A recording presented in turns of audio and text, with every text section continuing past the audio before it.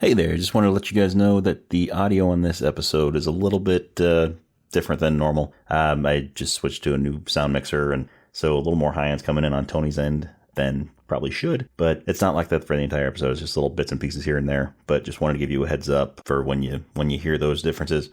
So anyway, I hope you enjoy the episode.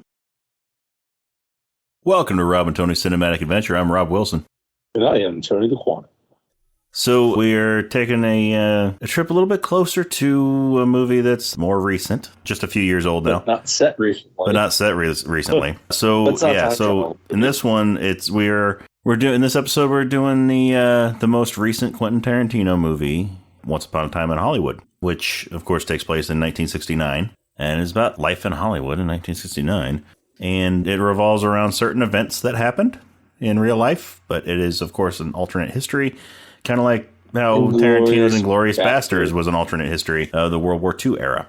Right. It's funny, like, there's obviously Bastards had some made-up characters. Also had Hitler and others, and Hitler meets a different edge. We're not going to go into details about that movie on this episode. We might do that that movie later on a later episode where we will go into all of the details.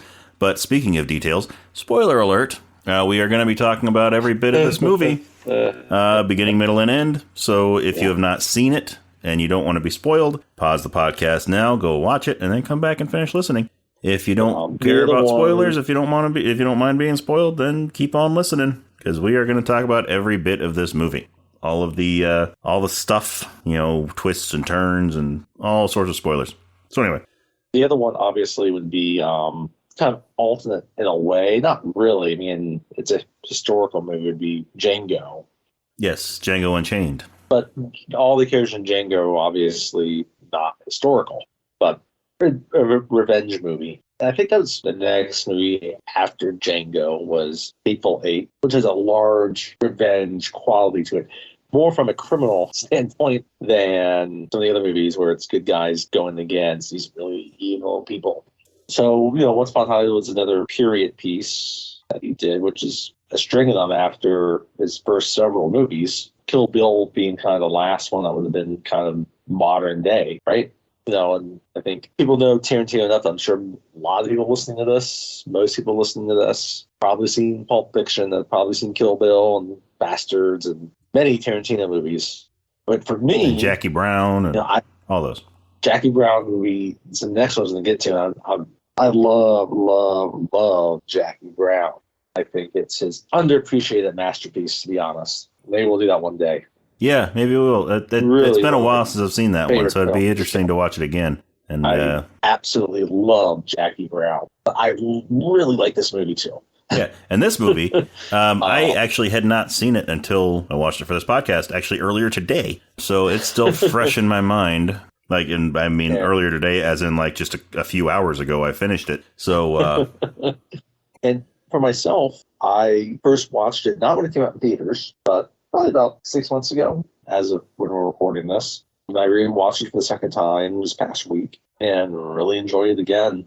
Yeah, it's for me, using Jackie Brown again, brings me back to kind of his 90s period where he is creating his own characters and his own storyline. He does that with Kill Bill, too. Also with Kill Bill, I guess. But Kill Bill is so highly stylized that it feels like it takes place in its own universe. And I get that there's a Tarantino universe, especially when you look at his early films. You can try to connect between Reservoir Dogs, Pulp Fiction, and Jackie Brown. But Kill Bill seems like it's so set apart. And I think Jackie Brown in itself is also that part. Same with Pulp Fiction, and same with Hollywood here. And I was glad to watch it because the other ones are very historical and very revenge driven. And I thought this goes back. Yeah, and this one's not really 90s filmmaking. Yeah, it's not really revenge driven. It's really just the story of Hollywood in the 60s. Right. And one of the things about it, I love about it, I guess, is you feel Tarantino's love for movies. If you don't know, Tarantino was basically a video store clerk before he was able to make his first movie, Reservoir Dogs, back in 1992. And if you listen to him, he will know and can list off one of the most obscure movies you've never heard of. Yeah. If you quizzed him on it. His knowledge of movies is really deep. And you see all these really obscure references in all of his movies. Not just movies, like you also even see like music. He just inserts random music into his movies, like where did that song come from? Yeah. Like, deep cuts of people like David Bowie, and that's infused, especially within this movie, though, I think, when you take a look at that time frame. He's trying to make this homage, this period of Hollywood that's stuck between kind of its golden age of the 50s and early 60s, and it's transitioning into modern cinema, and kind of where you get these really gritty 70s movies while focusing within the Manson family murders. It focuses on a character played by Leonardo DiCaprio that's not aging star, but he's in that period where he's transitioning between being this leading man into these kind of rougher roles. And it's part of the period. That's part of what I mean by that, is that you get the understanding of how well Tarantino knows how Hollywood works like that. In terms of where you get these actors from these TV series in the 50s that all start making these guest appearances on these movies in the late 60s, early 70s. So, yeah, DiCaprio plays Rick Dalton. Like you said, a former star who, back in the 50s, he was the star of Bounty Law. And I'm sorry. He played a bounty hunter. And yeah, it makes me think of County Law also. County Law. County Law. Bye, sister. If you have not seen that YouTube video for County Law, look it up. It is hilarious. Oh. County Law. Bye, sister. Am I on County Law? County Law. Yep. Oh. But yeah, Rick Dalton started in Bounty Law, not County Law. Yeah, so basically the movie follows Rick Dalton as he's transitioning from being the star from this show in the 50s to he's taken on a lot of roles as the villain in his more recent movies. And TV pilots or maybe small role in a movie. Yeah. And he's sort of becoming typecast as a villain, which is brought up early on in the movie by Mr. Schwartz. Not Schwartz. Yes. Schwartz, played by Al Pacino. I love Pacino in this role. Yeah. He's so good. Yeah, he's great. But yeah, so then Rick Dalton's best friend, Cliff Booth, played by Brad Pitt, it's his stunt double and sort of his chauffeur, too. His gopher. Because he had too many DUIs. Yes, because Rick Dalton had too many DUIs, so he's not allowed to drive anymore, so Cliff Booth drives him around. And I love Brad Pitt in this role. It's very Brad Pitt, but he puts his very own spin on it, where it's completely believable and not thinking like, oh, it's just Brad Pitt being Brad Pitt. And I like the aspect of where they kind of look out for each other.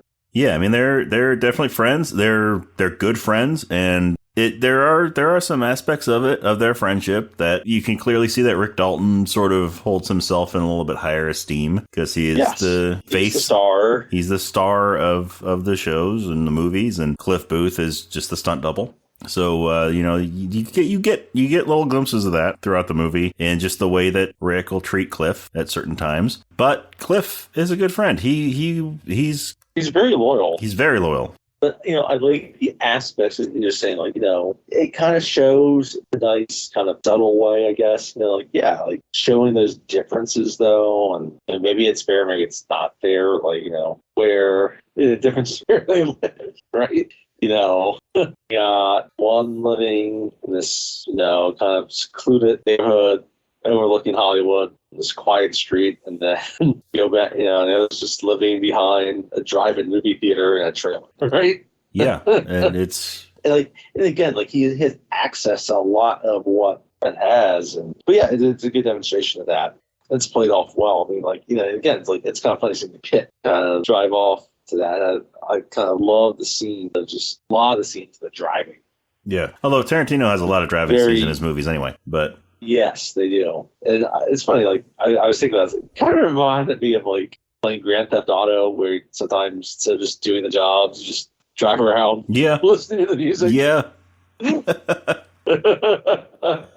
Yeah. But that's your setup, right? You have the two of them, they're friends, been together, in this changing tide of Hollywood where you can tell it's affecting the friendship to a certain extent. Obviously, like Rick is having a lot more difficulty adjusting to things, right? You already see with Cliff, he's had his own troubles transitioning as a stunt double. He's had these issues, which I guess we'll get into a little bit. But he has that struggle, obviously, as I'm sure you see that with a lot of actors or wherever you might be, is changing, as career shifts, trying to adjust to changing times. It doesn't have to be Hollywood, it can be anything. But that's the setup of where we are. Yeah, so Cliff has been Rick's stunt double for 8 years at this point. And this, of course, is in 1969. And so, but Cliff is having more and more trouble getting jobs with being able to be Rick's stuntman because there's a rumor he killed his wife. Yes, there's a rumor that he killed his wife, which throughout the movie that it's only mentioned a couple of times and it's never proven or anything like that. But it's just, there's a rumor going around that Cliff killed his wife. And so now nobody wants to work with him except for Rick. That Rick has new neighbors. Roman Polanski, who, if you don't know, has directed movies such as Rosemary's Baby,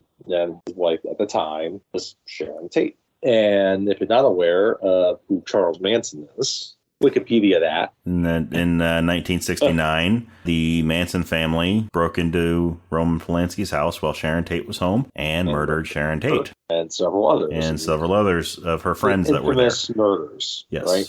So this is obviously before that. The movie is operating under the assumption that most people know that. Yes. Just to kind of give you that context, if you don't know that, know anything about that, it'd be worthwhile to do a very brief Wikipedia or Google search on the Manson murders. But, in the scene where Rick discovers that, Roman Polanski is his new neighbor, he's kind of excited about it because Roman Polanski at the time was kind of a hit new director. Yeah. Right? Rosemary's Baby, I believe, was 68. He received a lot of accolades. Mia Farrow was in it, and she was a hot young actress at the time. And so he's kind of sensed within him this idea, like, maybe this is my kind of ticket into kind of new roles, right? Because he doesn't like the idea that Schwartz floated the idea of doing spaghetti westerns, right? It's like, it's kind of funny. I like this aspect of it because at that time, spaghetti westerns, Italian-produced western movies was kind of where washed-up actors went. And it's funny because Clint Eastwood made his name in those movies. Clint Eastwood made his name in spaghetti westerns. And, obviously there were a lot more just the Clint Eastwood movies. But that wasn't necessarily to say that that's where your career went to die. But, that's kind of the point that Tarantino's also making within this. And it's part of his breadth of knowledge of movies. Really, really deep if you ever actually listen to him. So we discover that the next day, is it the next day? Yeah, it is the next day. That's right. Because Rick has a pilot, as Rob was talking about, to shoot, which I guess Timothy Olyphant was the star of that, right? Timothy Olyphant was the star of that one. Cliff was already kind of recalling how he can't go because, as you're saying, no one really wants to work with him. And I guess the nail in the coffin for him is his scene that he had there, I guess, kind of a scuffle he had with Bruce Lee. Yes, on the set of Green Hornet. Which I love. I mean, that's the thing about this movie. Like, it draws in all these references. Like, Bruce Lee's big. Green Hornet was big. And it's funny. Like, who's the actor that plays Bruce Lee? What's his name? Mike Ma. Yeah, he does a good job. He does a really good job. Great job. He's really a lot like Bruce Lee. And I think it's funny because, like, this is what I'm talking about. I think it's why it's like Brad Pitt's like perfect for this. Like, he plays it like this kind of everyman stunt double, calling out the bravado of some of these Hollywood people, right? I think Brad Pitt, he has a lot of bravado, right? I love that scene where he just calls out Bruce Lee. But and then he kicks Bruce Lee's ass. Yeah. Yeah. And Bruce Lee does not want to admit that he got his ass kicked. Yeah. But to say this is I guess he's an agent. I didn't really see. But it's Kurt Russell. I guess he's like the head of like the stuntman, and his wife really does not like Rick. And then later in the movie, Kurt Russell becomes the narrator. He is the narrator. Yes. It's really weird. That's the thing about Tarantino, right? Like, all of a sudden you get random narration. So I actually thought Russell was really good in Death Proof. Yes, Death Proof. Yeah. That's like his Tarantino connection is Death Proof. DiCaprio had already been in Django, and Brad Pitt had been in Bastards, right? So those are their connections. A lot of Tarantino connections, as always. Yeah, and another Tarantino connection that was not in this movie, but So Uma Thurman has been in several of his movies. She's a frequent collaborator with Tarantino. She was, of course, in Kill Bill 1 and 2 and also Pulp Fiction. She is not in this movie, but her daughter, Maya Hawke, has a small role. She does. She's one of the Manson family members. Yeah, she plays Flower Child. It's quite the scene. There's another kind of famous, I shouldn't say famous, but daughter of more of a famous actress. Amy McDowell's daughter, Margaret Qualley, it's Pussycat. Yeah. The kind of this young, 17. Oh, yeah, probably about 17. Yeah, probably about 17. She's very reluctant to reveal her age of graduate. She refuses to give any form of ID, so he doesn't believe her when she says that she's 18. As he says, he is not going to go to jail for her. He may find her attractive. He's not going to jail for her. Yeah. But she's in it as well, as the one that brings them to the... She has a bigger role than Maya Hawke does. Yes, she does. But the Spawn Ranch is where she'll bring him to. We'll get to that. Which is also the scene where we have a nice Bruce Dern cameo. Yes. But he also has a Hateful Eight. It's kind of funny. Like Bruce Dern went decades without doing anything, and then all of a sudden, in the last 10 years, they're doing things again, which is fine because he's a really good actor. I love him in The Burbs. Yeah, that's another one I haven't seen in a long time. he's terrific in The Burbs. Yep. His daughter Laura Dern is great in Jurassic Park. Yep. Anyway, all these Hollywood connections. And also, she was in The Last Jedi, which we discussed a little bit in the last episode, in our Looper episode. She's about a bunch of David Lynch movies, too, when she was younger, or she kind of became a little bit. Yeah. Anyway, so movie kind of follows, as we kind of get established into things.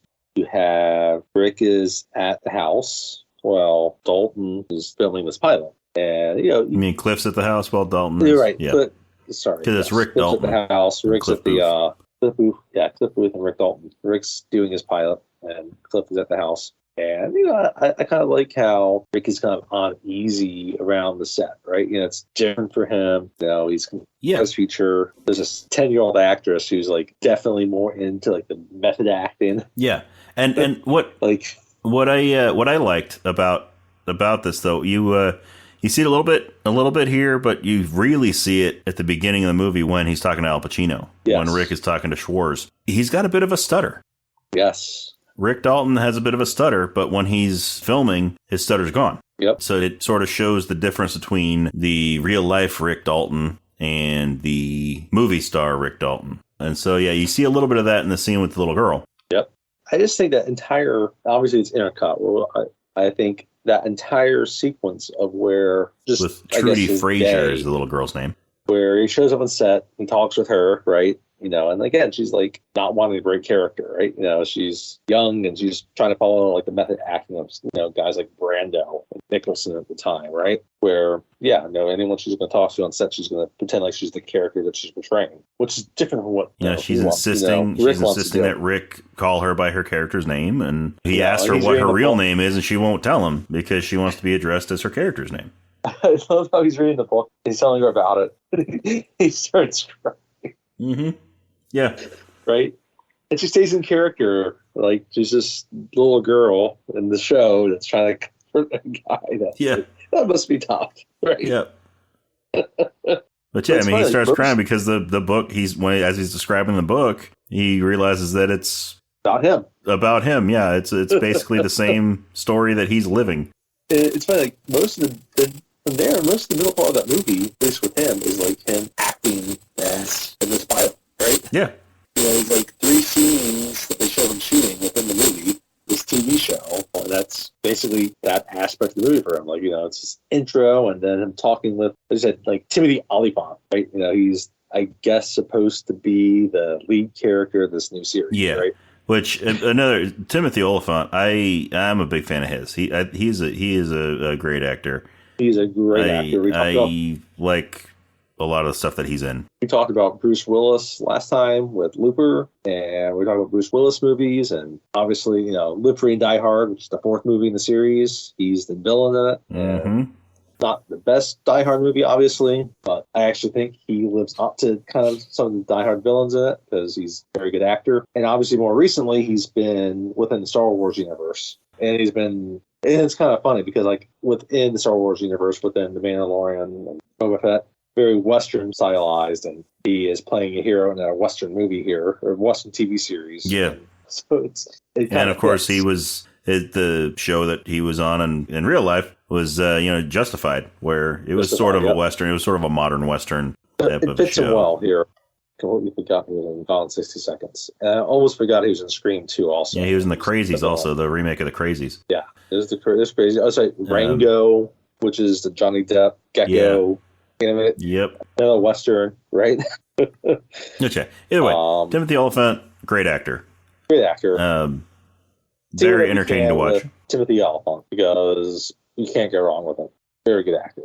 Anyway, so that's what's going on with Leonardo DiCaprio, Rick Dalton, kind of in the middle part of the movie, right? He's kind of having to accept being, he wants other roles, leading roles, but he's accepting being like the heavy TV pilots or special guest stars. It's funny because like they reference other movies that he's been in since like the end of Bounty Law.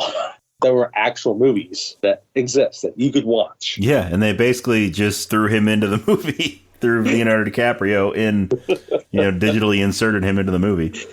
Which is kind of cool, to be honest. Yeah.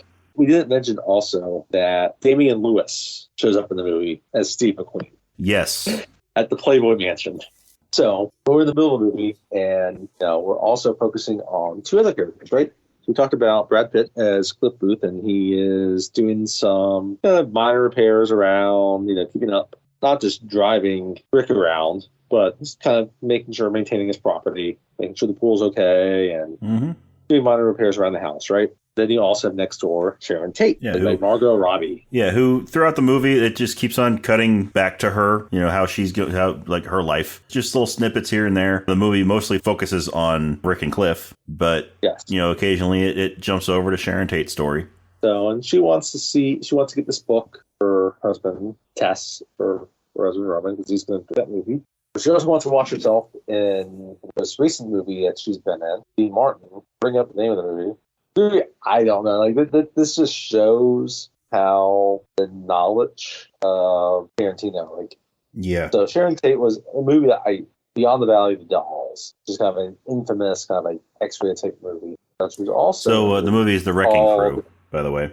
The Wrecking Crew. That's right. Yeah, The Wrecking Crew is the movie that which was a 1968 movie starring Dean Martin. And apparently it was part of a series of movies. Like, again, I couldn't tell you that. I know a lot about movies. Like before this, I couldn't have told you that. And Dean Martin's a famous dude. Yeah. So, yeah, that was, and it's funny because, like, I guess bringing back to aspects of this, like Bruce Lee was a choreographer of action on the movie, right? And Chuck Norris had a role in that movie. In The Wrecking Crew? Yes. Huh. He had like a small role in the movie. Yeah, so Sharon Tate goes to the movie theater to see it. I like the scene about it. So do I. Like, she wants to see how people are observing her. Like, yeah. You can tell she's probably a little vain, and she wants to make sure people are responding well to this movie she's in. Yeah, so she walks up to the box office and they tell her like it's 50 cents or whatever it is for a ticket. And she's like, what if I'm in the movie? Like, who are you? I'm Sharon Tate. Like, who's Sharon Tate? I'm in the movie. That's my name right there. Like, and then, of course, she has to have a driver's license, right? She could just like, hey, no. And the ticket lady gets like the manager, and he's like, who? Really? And they're like, what other movie were you in? Beyond the Valley of the Dolls? Oh, that's you? You were in that movie? Like, can we get a picture? Yeah, and she makes her move over to stand next to the poster so that people can tell who she is. Then she goes in. And she watches the movie. And, there's several scenes of her responding to the movie and responding to people liking the movie. Yeah, right? and while she's sitting there watching the movie, then what I noticed is this movie, Once Upon a Time in Hollywood, not The Wrecking Crew, but Once Upon a Time in Hollywood is just another in the long line of Tarantino movies that shows off his foot fetish. Oh, yeah. There are so many shots of bare feet in this movie. I think he's at the point now where, like, He just has to do it. Yeah. And so while Sharon Tate, played by Margot Robbie, is sitting in the movie theater watching the movie, she's got her bare feet up on the seat in front of her, front and center. Just in case you forgot, Quentin Tarantino gets all looking at bare feet. He has a big foot fetish. And so this movie has a ton of bare feet in it. We see Margot Robbie's feet, we see Margaret Qualley's feet, we see Dakota Fanning's feet. That's right. So meanwhile, we know we got what's going on with Margot Robbie, we got what's going on with DiCaprio, and then we gotta get back to Brad Pitt. As I said, he's driving around, and there's been this young teenager that he's seen around. This hippie girl. Hippie girl, right? It's 1969, right? In California, there's a lot of hippie girls, right? Yeah, and so he keeps on seeing her around town, and they're making eyes at each other. And he starts talking. He decides to finally, pull his other times. Rick has been in the car and he hasn't pulled up, and now he's by himself. And he starts talking to her, and she says that she lives at the Spawn Ranch. And again, if you're not aware of the Manson murders, even if you are aware of the Manson murders, you may not know where the family was living in California at the time of the murders, right? And they lived in this place called the Spawn Ranch, and owned by this guy. His last name was Spawn. Yeah, owned by this guy named and George. The movie's Spawn. played by Bruce Dern. Yes, George is played by Bruce Dern in the movie. Back in especially in the 50s, early 60s, when there were a lot of Western movies and a lot of Western TV shows, they're filmed at this ranch. It was outside of LA, kind of more towards the desert. It was called the Spawn Ranch. And basically, when Charles Manson, he had been living up in San Francisco, he came down to the Los Angeles area, and they were living around there. And when he finally started getting a bunch of followers, they moved in to the ranch. Because at that time now, again, we're talking about they're making this transition in Hollywood. They're not having as many Westerns. So the ranch is not being used. So they kind of use the guy to live there, right? Yeah, because at this point, George Spawn is getting older. He's gone blind. And they're basically they're taking advantage of him. And so, but again, we got to remember, Cliff, he knows the Spawn Ranch because he was a stuntman. Yeah, he's filmed there before. He's probably not, even before being with Rick, he probably was a stuntman with plenty of TV shows or movies where he had to work at, the ranch. Or and he knows George from back in the day. Really well, back in the day, right? I like that aspect of it. I just love to see, it's this quick thing where he's infatuated with Pussycat, and then he realizes she's just kind of young and stupid, and then quickly realizing she lives on the Spawn Ranch, and they're probably using this old dude that he has a lot of respect for, right? Yeah. And so he wants to go out and find out what's going on, and it's important because it's kind of a catalyst for everything else in the movie. Yeah. Because you also, if you're not aware, Manson family, they're also really into drugs, right? It's 1969. And they're hippies. and psychedelic is one of the ones, and LSD and acid, and she gives him a cigarette. Yeah, for 50 cents, she sells Cliff a cigarette that's been dipped in acid. She holds on to it, but he gets to the ranch and he realizes quickly, this is not right, because you could tell sometimes where things are just not right. And he wants to know where George is, and they show him, and it's just this really weird scene where these people playing everything's okay, and once it's I fucked him this morning. Yeah, they're all trying to keep him from going to George's house, but he convinces them to let him go up to George's house, and then Dakota Fanning is there and tries to keep him out of the house, but he convinces her to let him in, tells him where it's kind of this weird thing George's room is. You go back to the scene with him and Bruce Lee, right? So they're both underestimating him, and and unfortunately George has no idea really what's going on. Yeah, he's in his room taking a nap because he needs to go and watch FBI and Bonanza with Dakota Fanning later, and she gets mad if he falls asleep while they're watching TV. So he takes a nap during the day so that he can stay up to watch TV with her. So Cliff, he goes in there, wakes him up, talks to him, trying to make sure that everything's okay. Then, of course, George doesn't remember him. He doesn't remember who Cliff is. Yeah, they definitely present him as very senile. I don't know how things really were. Again, we're kind of going, at this point, completely alternate timeline of what really happened. Yeah. And eventually it becomes a very alternate timeline of what really happened. But it's very common for Tarantino because in Inglourious Basterds. Anyway. Yeah. But anyway, so Cliff's there talking to George, making sure that everything's okay. And obviously he's not convinced. I mean, he leaves like, yeah, no, this is not right. But what's he going to do at that point? But it's, George is willingly letting these people live on his property because he's being duped. And Cliff goes out to his car, sees that there's a knife stuck in the tire. I love this scene. Looks over to the guy. The dirtiest looking hippie you might ever see. The dirtiest hippie at him. Sitting there on the fence laughing at him. So Cliff explains to the man that this is not Cliff's car. And lucky for him, he's got a spare tire. So he goes to the trunk of the car, pulls the tire out, tosses it over by the flat tire, tosses the jack over there, tells the guy to fix it. The guy doesn't want to fix it. He just keeps laughing. So Cliff starts beating the crap out of him. He punches him, tells him to fix it. He still won't fix it. Punches him again, tells him to fix it. Eventually, he gets his face caved in enough to where he agrees to fix the tire. Meanwhile, all the women there decide they need to go get Tex. Right, which we had mentioned Tex. Tex, yeah. He briefly meets Tex when he first arrives on the ranch. Tex is going to show people around horseback. That's kind of part of their cover. Yeah. Let people come in, do horseback riding, do little tours around the hill country. And they had initially called Tex in to check out Cliff, make sure that he passed Tex's test. And Tex is actually really important within the broader story. We'll see him again later in the movie. Yeah, Tex is essentially like Charles Manson's top lieutenant in the Manson family. So Tex initially signs off on Cliff, and then he goes off on his horseback ride with the people. He's played by Austin Butler. Yes. He's in the most recent Elvis movie. Yes. I was going to say he played Elvis in the movie Elvis. I haven't seen it yet either. I've heard it's great. So, we're kind of giving away when we're recording this, by the way. Anyway. Yeah. The real life Tex is actually still alive and in prison. Yeah. Unlike Manson. Anyway, so once Cliff starts beating up the guy, then one of the girls goes to get Tex and bring him back.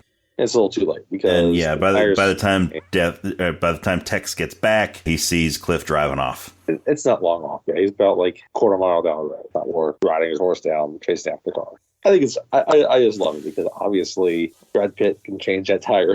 Instead, he just wants to beat up a dirty hippie. He wants to beat up a dirty hippie, and also, it's the dirty hippie's fault that he's the one that stabbed the tire. He should change it. So he caused the damage, so he should change the tire. But also, he just wanted to beat up a dirty hippie. But it won't be his last. Yep, it won't be his last dirty hippie.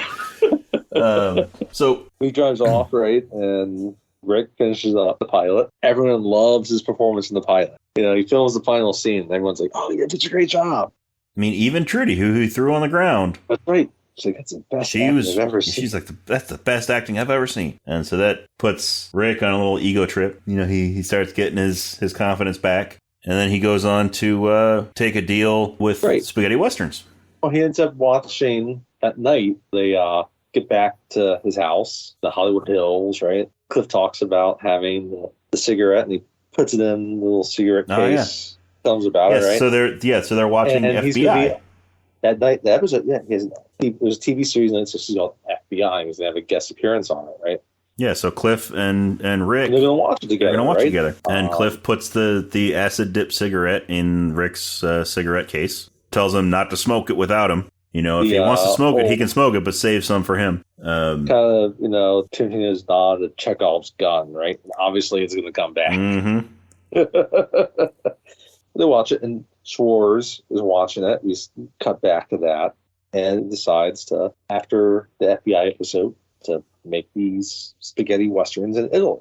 Yeah, and so he calls up his producer friend, and he's like, "Hey, I found the star of your movies. Turn on FBI right now and watch this guy." And then you get the narration, exposition from Kurt Russell. Yeah, about all these spaghetti westerns that Rick Dalton goes on to make in Italy. Every single one of them is listed actual movie. Yes, every single one of them is an actual movie that then they just digitally inserted Leonardo DiCaprio into. But then they skip ahead because he spends, not even a year, because like the spaghetti westerns, like, they're cheap. You can spend several months making 3 or 4 movies in Italy and live in Rome and get some money. And while in Rome, while out in Italy, then Rick ended up marrying a girl, and Cliff, and he sold his stunt double there. He does their work, and they realize when they come back that's going to be the end of the line for them. And they both realize that on the plane ride home, that once they land, they're no longer going to be working together. I don't have the line up right now. I don't know how Kurt Russell just describes it. Like, when you reach the end of the line, like, just how they're just going to get drunk together. Yep. Sure. So they're just going to have one final night of getting drunk and enjoying each other's company. So when they get back to the house, Rick is already drunk and decides he's going to make margaritas. They've gone out. Because they've gone out to the bar and they're drinking, they had gone out to. Here's an interesting. So it keeps cutting back and forth between them and Sharon Tate. Yes, Sharon Tate is out with her friends, and this is the night that Sharon Tate was murdered in real life, and so it just goes by the different times throughout the night, and how Sharon Tate and her friends went to a Mexican restaurant, and then Rick and Cliff went to a different Mexican restaurant that I thought was interesting. It's called Casa Vega, which is another nod to Tarantino. His work with the Vega brothers, Vic and Vincent Vega. Michael Madsen has a cameo in this movie. Yes, he does. In Bounty Law. Yes, he does. Michael Madsen, of course, is a frequent collaborator with Tarantino. John Travolta is not in this, who is the other Vega brother. But okay. But yeah, I thought that was a clever nod, naming the restaurant Casa Vega. The other restaurant where the Tates dine is an actual restaurant in Hollywood. Yes, it's the actual restaurant that Sharon Tate and her friends went to that night. Which, again, it's just perfect Tarantino blending real life history with his own fake history. Yeah. It's a good intermingling of the two. And again, like, there's so much about this movie, though. Like, Tarantino does it a lot. It's just where you just kind of observe what's happening and just kind of long for the ride. Like, sometimes there's like a whole lot of plot, and other times there's not. You're just kind of going along, which is fine.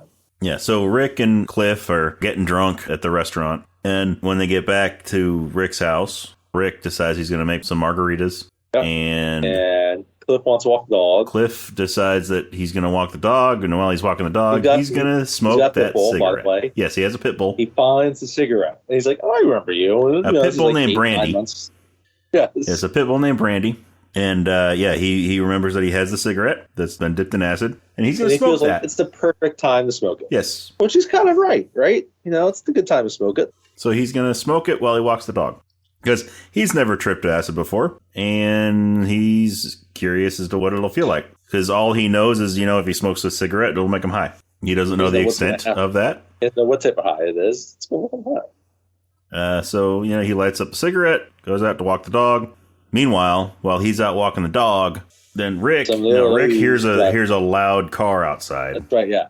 The muffler is shot. I mean, it's basically So Tex and some of the women from the ranch, one of whom is Maya Hawke playing Flower Child in the back seat of the car. They pull up and park outside of Rick's house. And Rick hears it, and he's unhappy about it. He looks at the clock. It's just after midnight, and he's drunk. It's a private neighborhood. He sees this beat-up car with a bunch of dirty hippies on it. So he goes out. Obviously don't belong. He goes out. He decides he's going to give him a piece of his mind. He's carrying just the cup of the blender. Yes, he's carrying the cup from the blender full of margarita and yelling at these dirty hippies, telling them to get lost because their car is way too loud and it's way too late for them to be making so much noise in that neighborhood. So, respectfully, it's probably not the right word. But seeing as how one of them grabs a gun and is ready to pull it on him. But they oblige and go to the bottom of the hill. But they continue to have a conversation about how all of Hollywood calls them to be crazy killers, right? Because they watch these TV shows and these movies that glorify murder and glorify violence. And so they decide that they're going to kill the people that taught them to kill. And one of them realized that was Rick Dalton that was just yelling at them. So they decide that they're going to go and kill Rick Dalton first. And he went back and he's out at a swimming pool, just floating on his little floaty chair. And drinking his margaritas. as they're deciding to approach back to the house. So just Cliff gets home. Back to the house. Yeah, Cliff gets back to the house. And the other thing we have to and he's tripping balls. Rick got married in Italy, and his wife is is sleeping in the house, in Rick's bedroom, in their bed. She's Italian. And Cliff walks in the house, he's tripping balls, and because he's been smoking a cigarette that's been dipped in acid. And Tex and the girls start walking up toward the house. Maya Hawke tells them that she accidentally left her knife in the car, so she has to go get it. Which is a lie. She turns around to walk back. Tex stops her and reminds her that he locked the door. She needs the keys to get to it. So he tosses her the keys. She goes back to the car and then drives off because she doesn't want any part of what they're about to do. She grew a conscience all of a sudden and doesn't want to be part of what's going to happen next. So she drives off, and that's the last we see of her in the movie. So they continue with their mission of killing the people that taught them how to kill. And they walk through the front door of Rick Dalton's house while Cliff Booth is standing in the living room. Again, if you're tripping acid, it's fun. Like, yeah. When I saw this and I thought about it again, like, have you ever seen the movie The Strangers? Yes. The people, it kind of feels like that, where, like, he's just saying, instead of Liv Tyler, you got Brad Pitt. Yep. And there's no burlap sacks on people. No. But yeah, so the two girls have knives and Tex has a gun. And of course, Brad Pitt laughing at it. He's like, what are you doing? He's like, is that a gun? He just puts his finger up. Puts his finger up like he's pointing a gun at him too. Oh, so yeah, but so before Tex can pull the trigger, Brandy, the pit bull, attacks. Yeah, well, attacks Tex. Before that, like, Brad Pitt realizes, or Cliff realizes. Oh yeah, he recognizes. Yeah, he recognizes him. Yeah, he's he's like, what's her name, Rex? Something like that, Rex. And then one of the girls says, "Hey, Tex." It's like, Tex, that's it, Tex.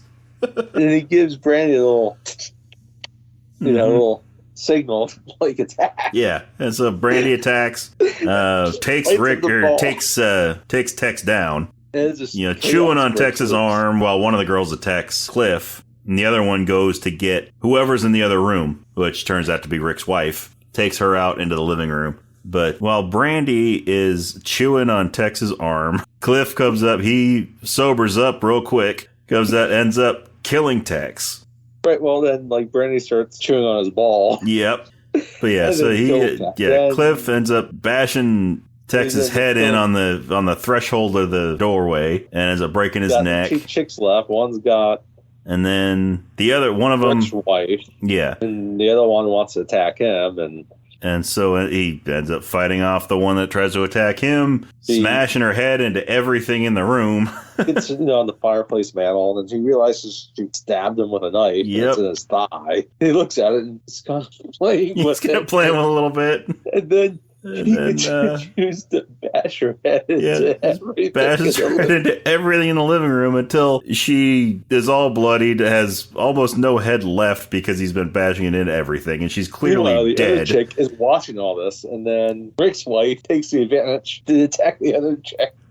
So the one girl that's left she picks up the gun that Tex had dropped when Brandy started chewing on his arm. We forgot about this part. That chick got hit in the face with the dog food. Yes, that's right. Because Cliff picked up the can. He was holding a can of dog food because he was about to feed the dog when they got in the house, and he threw it at her, hit her right in the nose. So she's all dazed, broken nose. She's got her eyesight's a bit obscure. Yeah, her face is covered in blood because she's got a broken nose and she can barely see. So she grabs the gun, runs outside. And Rick is floating on this little floaty chair out in the middle of the pool, drinking his margarita. She comes running out of the house, falls into the pool.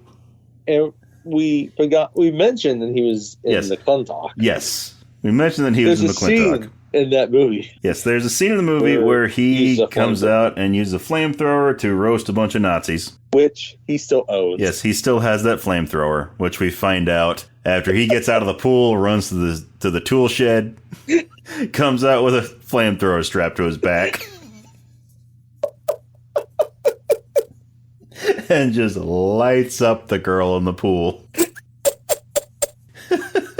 So, very, very Tarantino scene. Just the whole, everything in here. Since they broke into the house until the poolside barbecue.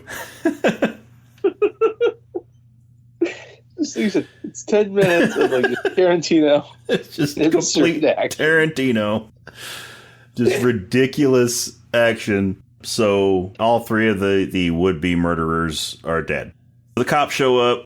They take Cliff off in an ambulance to the hospital because he got stabbed in the hip. With Rick. He's going to be okay. It's fine. A good little friendship moment.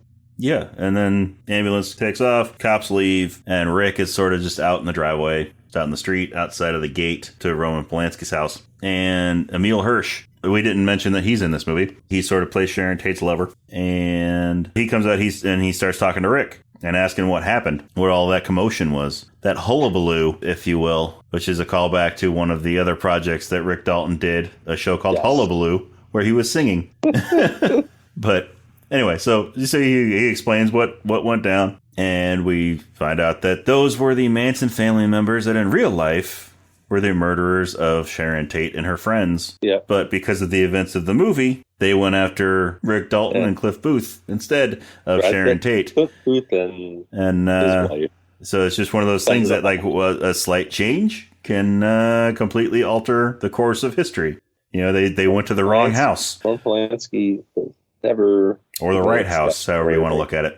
So Sharon Tate calls down on the intercom to the gate, and Emil Hirsch tells her what happened and that Rick Dalton's out here. So she invites him in, and who knows? Maybe and so he goes in to join them. The course of Rick and Cliff's careers. Yeah, Rick gets more starring roles. Cliff is still kind of a stuntman for him, or maybe other people. Yeah. So the movie ends there with Rick going in to have drinks with Sharon Tate and her friends. Then there's of course some stuff during the credits. Yes. We've got a commercial for Red Apple cigarettes, a Rick Dalton commercial for Red Apple cigarettes, which is a fake cigarette brand that is in just about every one of Tarantino's movies. Bruce Willis buys them in Pulp Fiction after talking with Big Rings. Yeah, they're a mainstay in the Tarantino universe. And it's funny because, like, obviously Brad Pitt and Leonardo DiCaprio are big stars. And obviously, even within the movie, Dalton's a big star, and Booth is not. But they seem like real characters. Like, I think it's the thing that I felt was missing in some of the more recent Tarantino stuff. Yeah. Hateful Eight was, like, really good in a lot of ways. But, like, yeah, no, it's outlandish, and it's like, it feels like it's just a story and data. It doesn't feel like there's anyone in that's real. Same with Django. Inglourious Basterds is a little bit different, I think, with some of the characters. I think of Tarantino's movies, I think Inglourious Basterds is the most similar to this one. Yes. Just because it's another alternate history. You know, it's real life events told through Tarantino's eyes. You know? Definitely. Yeah. Probably my favorite Tarantino movie in a little while. I love Tarantino. I love like his early stuff. Not saying anything are bad, but I was happy to watch this and see more where I kind of remember. You know, especially some of the characters I thought was felt more real, like I was saying. I'm a big Jackie Brown fan. And especially the Pam Grier and Robert Forster character was so real.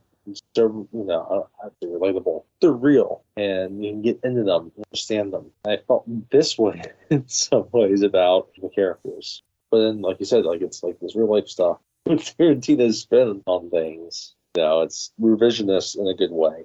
One of the things that's interesting is you mentioned Dakota Fanning, right? You know, and she's on the Spawn Ranch. I didn't realize that her character, Squeaky, tried to assassinate Gerald Ford. Really? In 1975. Wow. Yeah, I didn't know that either. Apparently, she was released from prison in 2009. Huh. Yeah. Okay. There is a scene in the movie that's interesting. Charles Manson does show up in the movie. Yes, he has one scene at the Polanski Jay, house. Jay, played by Emil Hirsch. Because he's looking for people that previously lived there. He had known also is that Charles Manson knew the Beach Boys. So when they had moved down to Los Angeles, he made friends with a bunch of people. Like, It really is interesting. You should look into it if you don't know much about Manson murders. Other than that, Charles Manson was a leader of a cult that murdered people. It was interesting. Like, he's charismatic, obviously. Yeah. Really, the cult, you gotta be charismatic. Oh yeah. And yeah, he actually got himself in that. Like, what's his name? The actor that played the father of the Munsters too. He knew a bunch of the very big people in Hollywood, not just like movies at the time. And I think it's one of the things I liked about this movie too. Like, it's not just think strictly about movies. Kind of forget about that. No, like Hollywood, also TV and the music. All those industries kind of combined together. And Charles Manson knew a bunch of them. And he knew the previous owners of the house where the Tates lived. So there's so much to it. And that has nothing to do with the movie, which I thought was fantastic. I would watch it again. And again, it's different from some of the other more recent Tarantino movies because it takes place in the past, but it's more recent past, right? Not World War II, it's not the Civil War, not post-Civil War like The Hateful Eight. Yeah, I enjoyed it a lot. And we'll do Pulp Fiction one day, which is absolute favorite. But yes, that's hands down my favorite Tarantino movie. It's Pulp Fiction. Mine too. But so we'll get to that one of these days. There's a lot to get into that, but this is a good one to talk about. And if you haven't seen it, you should watch it because I think it's very good. Yes, it is. It's definitely worth a watch. It's definitely worth it. It's got Tarantino. I mean, it's 2 hours and 41 minutes long, but it doesn't really feel like that. No, it goes very quick. Really. It's funny again because part of the middle of it is just basically DiCaprio's character filming a pilot. Yeah. 20 to 30 minutes of the movie is him filming a pilot. And there's parts of that where I really like. We haven't touched into it a whole lot. We don't need to. But it's just we're watching him being filming a pilot. And he's like, I need a line. Yeah, he's like all intense and then line. Yeah, no, there's so many. But that's part of the aspects of it, like whether you get to the offset things where you have someone like Bruce Lee bragging about things, the entire cast just listening to him, or the actual filming aspects of things. So there's a lot of tiny little Hollywood moments, kind of most of us don't really see. They kind of get brought forward, and and it's you can tell that Once Upon a Time in Hollywood is it's Tarantino's love letter to classic Hollywood, to the golden age of Hollywood. Especially those last days of it, right? You feel like he brings up places and locations that are tied to it very deeply. Yeah. Whether it be restaurants or Spa and Ranch or movie theaters, bookstores.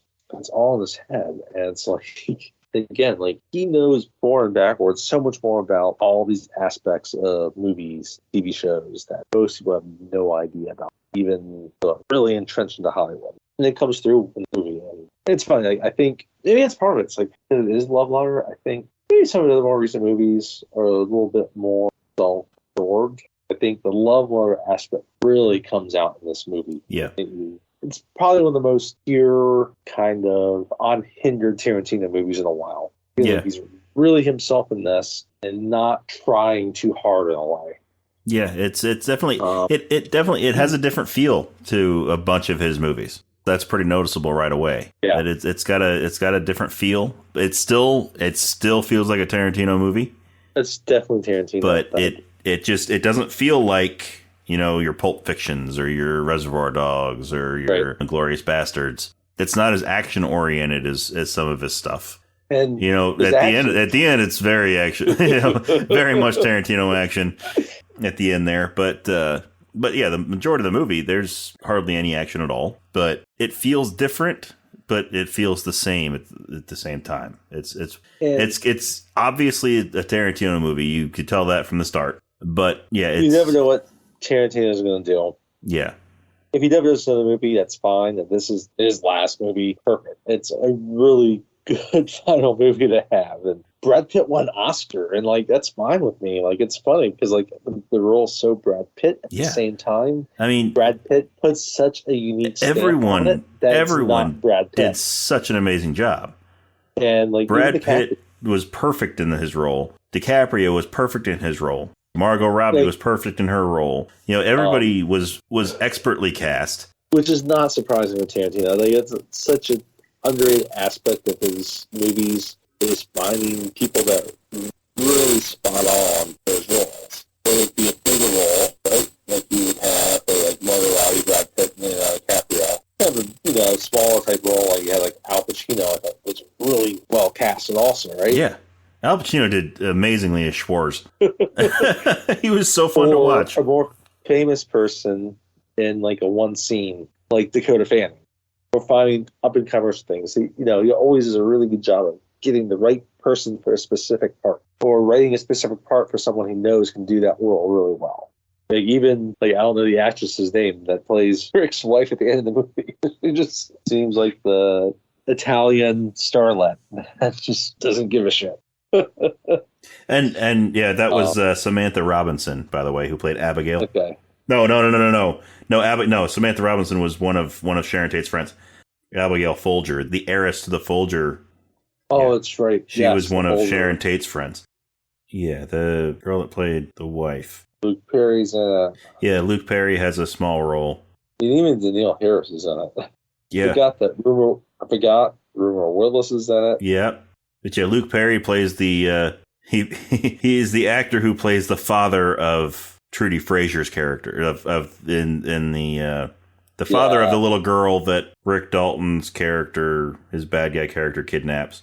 Zoe Bell, got about her. Yes. She's a stunt woman that does a lot of Tarantino movies. Yes, Zoe Ball, who she's in a lot of Tarantino stuff. She's a stunt woman. She has a brief role in this movie. She's the one that kicks Cliff off the set after he beats up Bruce Lee.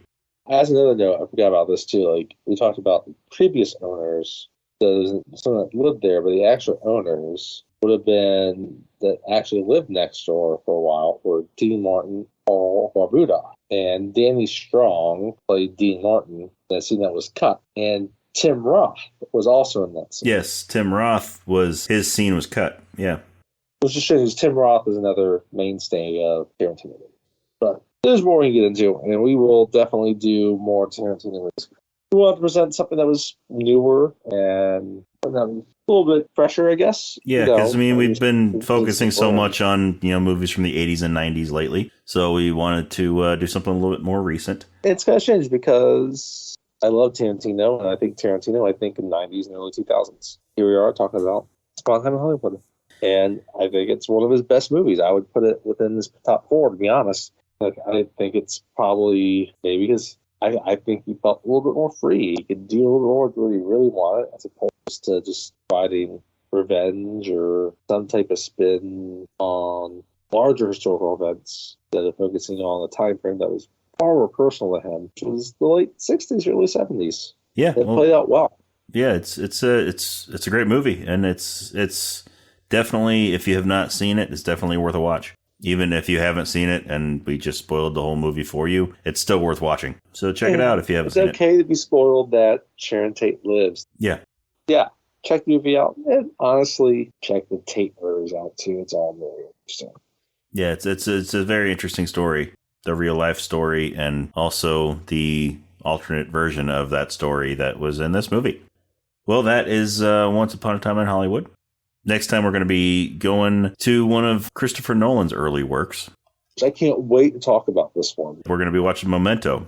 Anyway, we'll get into this, but I was on the Nolan train before most people even knew was with Batman Begins. Yes, Tony is a Nolan hipster.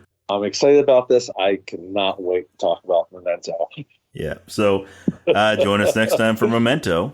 And hey, check us out on social media. We are on Facebook and Instagram. Our handle is Rob and Tony's Cinematic Adventure. It is all spelled out. The and is spelled out. It's not an ampersand, unlike the name of the podcast, which is an ampersand, but it's Rob and Tony's Cinematic Adventure, all spelled out, for Facebook and Instagram. We are also on Twitter, or X, if you want to call it that. That is RNT Cinematic. And we are also on Letterboxd. So if you have a Letterboxd account, check us out there. That is Cine Adventure, or Cine Adventure, however you want to pronounce that. But that is CINE Adventure. And if you want to send us an email, let us know what you think of the podcast, request movies, whatever you want to do with the email, except send a spam. Please don't do that. But that is Rob and Tony's Cinematic Adventure all spelled out, Rob and Tony's Cinematic Adventure at gmail.com. Nice and simple. So check us out in those places and go on your favorite podcast app, subscribe to our podcast, give us a listen, let us know what you think in the comments, leave us some good reviews. That's how we move up in the standings and in the search and all that stuff. So, yeah, check us out and help us to have a successful podcast so we can keep on bringing these wonderful movies to your ears. We'll see you in your ears then. Good night, good afternoon, and I don't know what I'm saying.